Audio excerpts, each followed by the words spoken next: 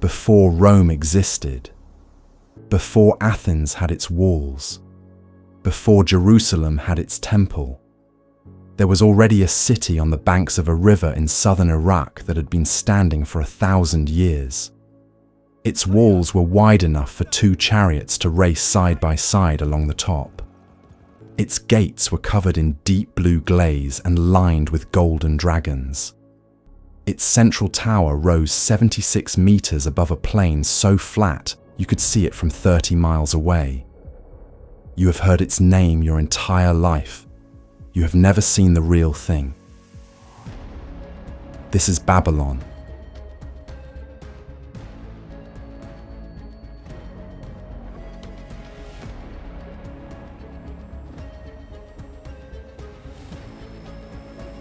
And almost everything history told you about it is wrong. Everything you have been told about Babylon came from its enemies. The biblical writers needed a symbol of arrogance and godless power. Babylon was useful, so they made it the villain, the city of sin, the city that stole God's chosen people, the city that would fall exactly as arrogant cities must. The Greek historians who came later wrote from a distance of centuries, filtering the place through the assumption that anything east of Greece must be excessive and strange. Herodotus describes sacred prostitution at Babylon's temples as established fact. Every woman in the city required to sleep with a stranger in the temple precinct at least once. Modern scholars have searched every surviving Babylonian text and cannot find a single piece of evidence to support it. Not one tablet. Not one of those sources was written in Babylon. Not one was written by someone who lived there. The actual Babylon survives in a completely different kind of record. 200,000 cuneiform clay tablets detailing everything from barley prices to royal astronomical observations, legal contracts, marriage agreements, tax records, business letters between merchants who had traded with each other for decades. These tablets do not describe a city of sin. They describe a city of extraordinary organization, legal precision, and scientific ambition, the center of the known world, understood by everyone who approached it as the most powerful place on earth. This is what that place actually looked like. Stand outside Babylon's outer walls in 600 BC. Try to find the top. What you are looking at is not one wall. It is a defensive system. The outer wall circles the entire city, wide enough for a military 4-horse chariot to execute a full turn on the walkway at its summit. Behind it runs the inner wall, thicker, higher, reinforced with towers. Between them runs a moat filled year-round from the Euphrates. And beyond all of that, rising above everything on a flat Mesopotamian plain, the ziggurat Etemenanki climbs 76 meters into the sky, the height of a 25-story building, visible from 30 miles in a landscape where nothing else rises above 10 meters. The city covers approximately 2,500 acres on both banks of the Euphrates, larger than Nineveh, larger than what Rome will eventually become. The river runs through it, crossed by one of the earliest large-scale stone bridges in human history, connecting the eastern and western halves of the capital. The eastern bank is the ceremonial heart. The Ishtar Gate opens to the north. The processional way runs south toward the Esagila temple complex and Etemenanki. Palaces flank the route. Everything in the official core of the city is arranged along this single ceremonial spine, ritual and imperial power made physical, carved into the urban landscape itself. But most of Babylon is not the monuments. It is 100,000 plus people in mud brick courtyard houses, narrow streets, workshops, breweries, and canals. doing ordinary things inside the most extraordinary city on earth. You do not enter Babylon from the north without passing through the Ishtar Gate. Nothing prepares you for it. The gate is a double-chambered structure, 2 consecutive arched gateways, each one more imposing than anything you have seen before. The preserved section in Berlin's Pergamon Museum stands over 12 meters high. Its facing is deep blue glazed brick, an intense shade achieved through high-temperature firing techniques requiring years of specialist craft. Against that blue, in raised relief across every surface, run rows of striding animals, bulls, sacred to the storm god Adad, alternating with serpent dragons, the Mushusu, symbol of Marduk, each figure modelled in yellow, white, and brown glaze. In full Mesopotamian sunlight, the effect is overwhelming. The gate does not merely mark the entrance, it announces whose city this is. Beyond the gate, the processional way runs southward for more than half a mile, its boundary walls lined with 60 glazed brick lions, sacred to Ishtar, goddess of war, each one walking toward the viewer. The pavement is laid in red breccia and white limestone, imported from hundreds of miles away. Along this route, during the Akitu festival each new year, the statue of Marduk was carried in procession out through the gate and north to a festival house. The king of Babylon walked behind the god. The entire capital lined the route.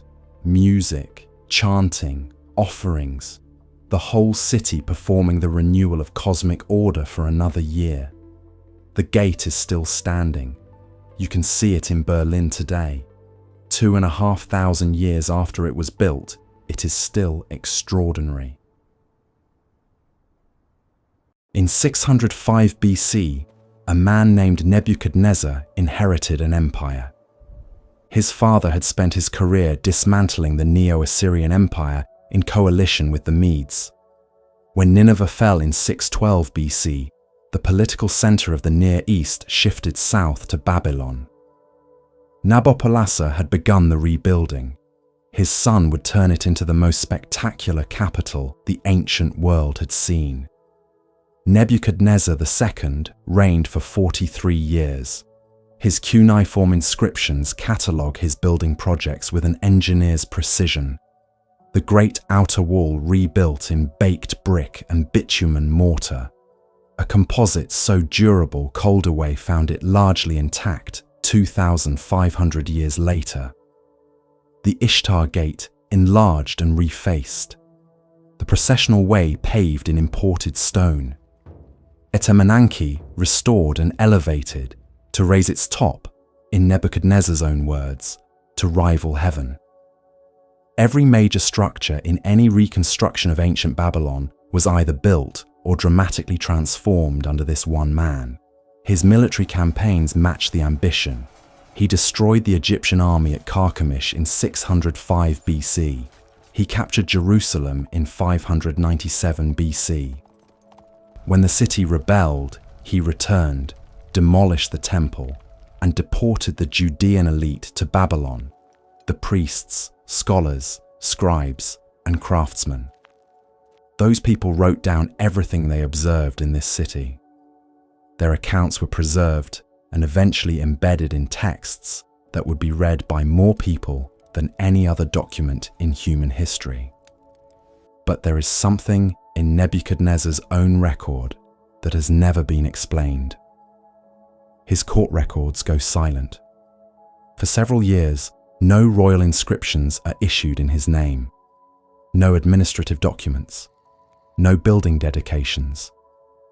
The Book of Daniel states he was driven from his palace, that his mind left him, that he lived outdoors and ate grass until his reason returned. Whether this preserves a real episode or is theological allegory, the silence in the Babylonian record during those years is real. The man who built the greatest city on earth was erased from his own documents.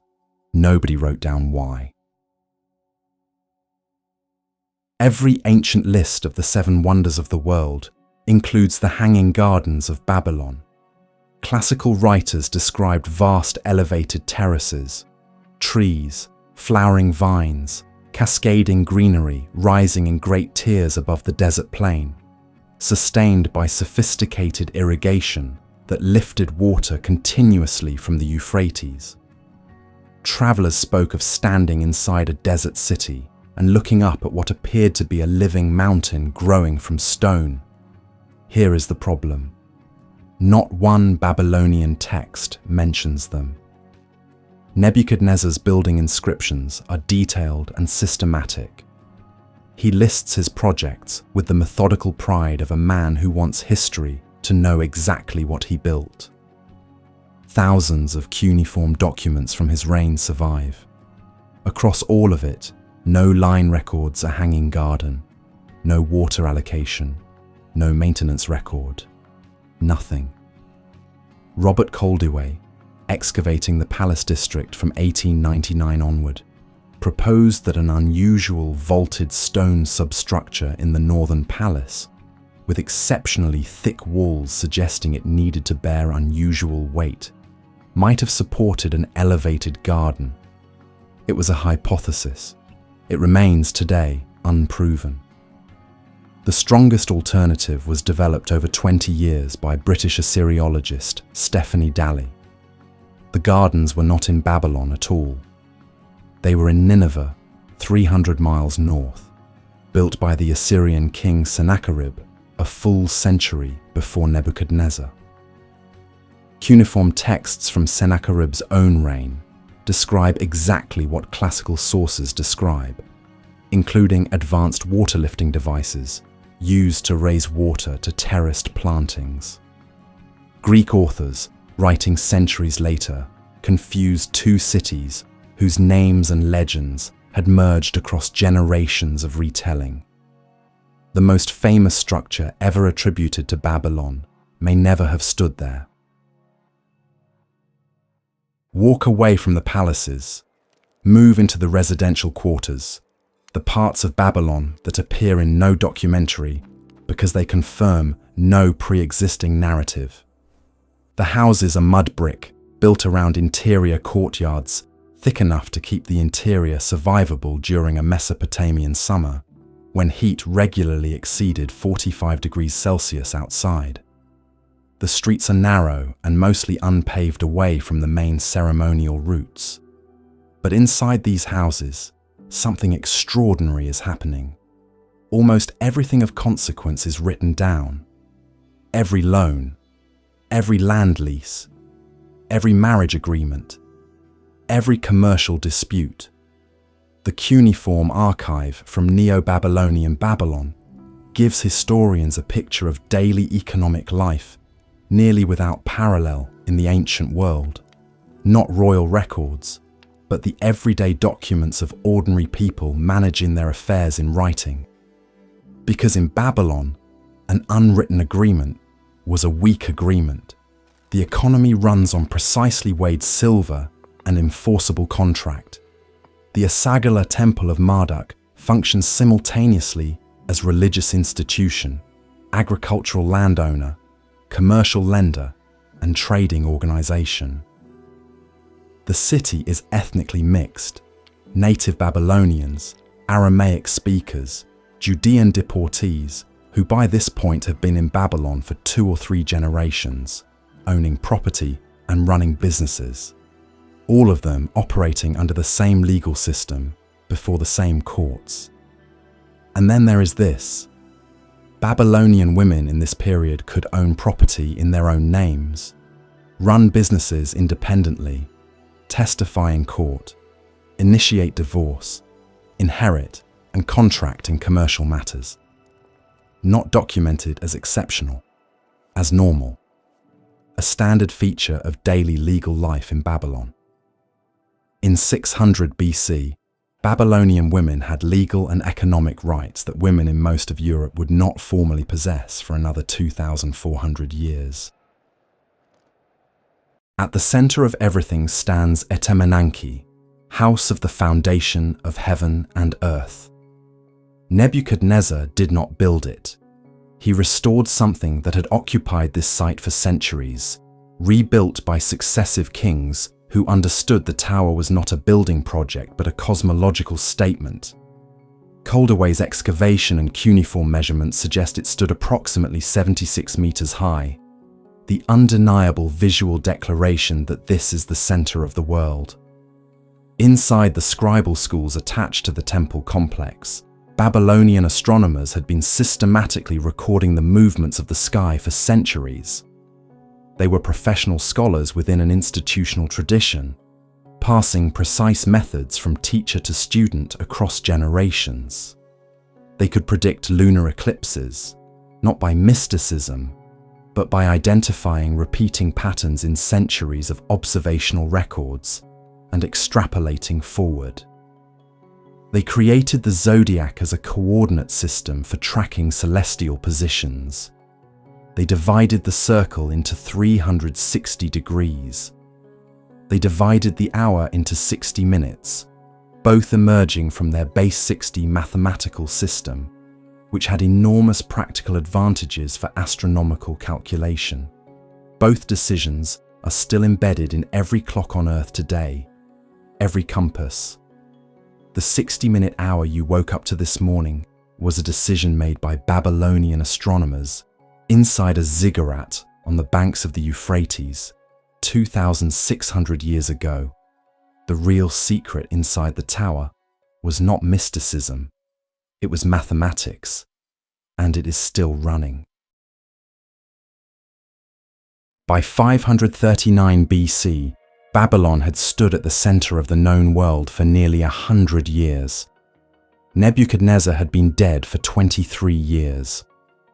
The empire had passed through 3 kings in rapid succession, a dynasty that had outlived the man who made it. The current ruler, Nabonidus, had spent much of his reign not in Babylon, but at Taima, an oasis in the Arabian desert, leaving his son Belshazzar as regent. His relationship with the priestly establishment had collapsed. He had displaced the cult of Marduk in favor of the moon god Sin, which the priests regarded as a fundamental violation of the cosmic order Babylonian kingship existed to maintain.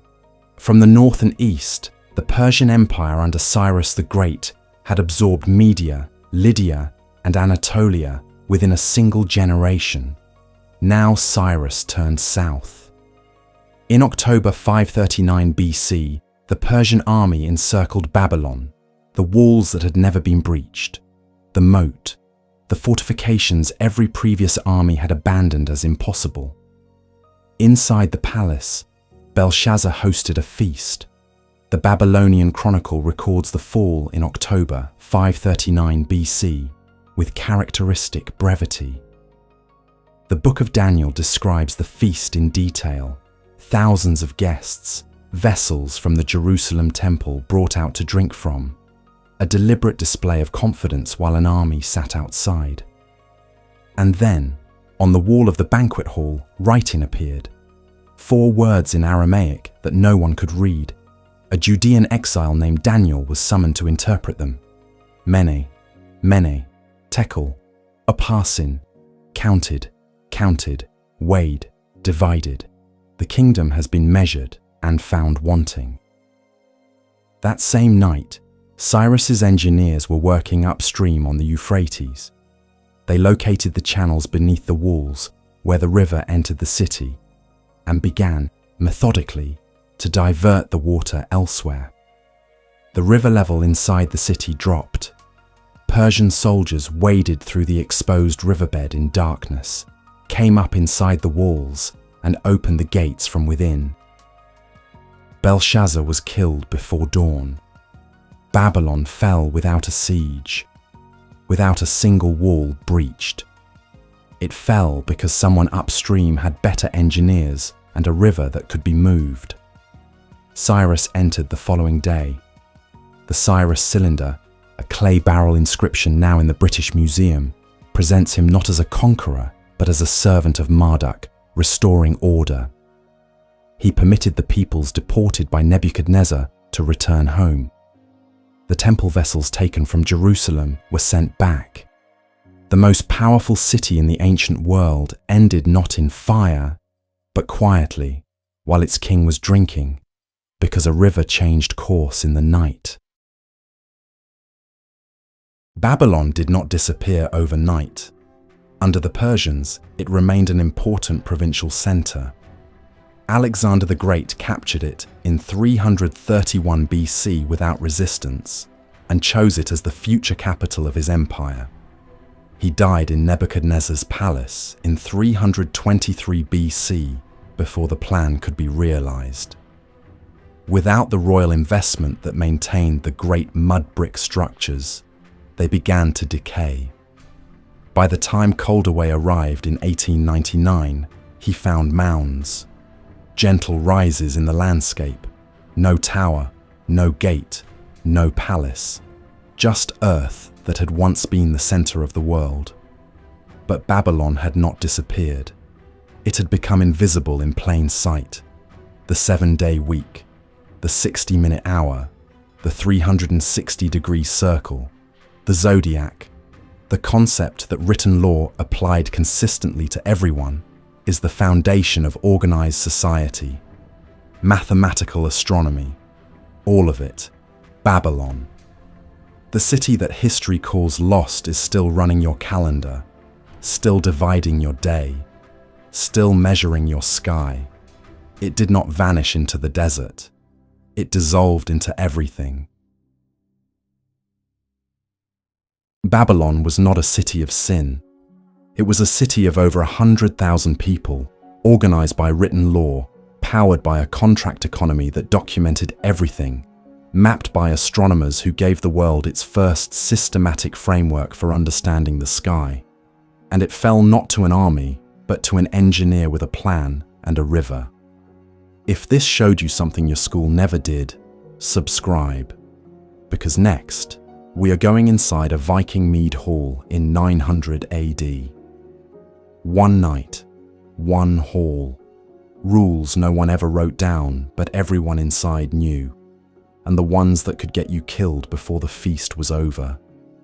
Of everything you learned today, what surprised you most? Drop it in the comments. I read every single one.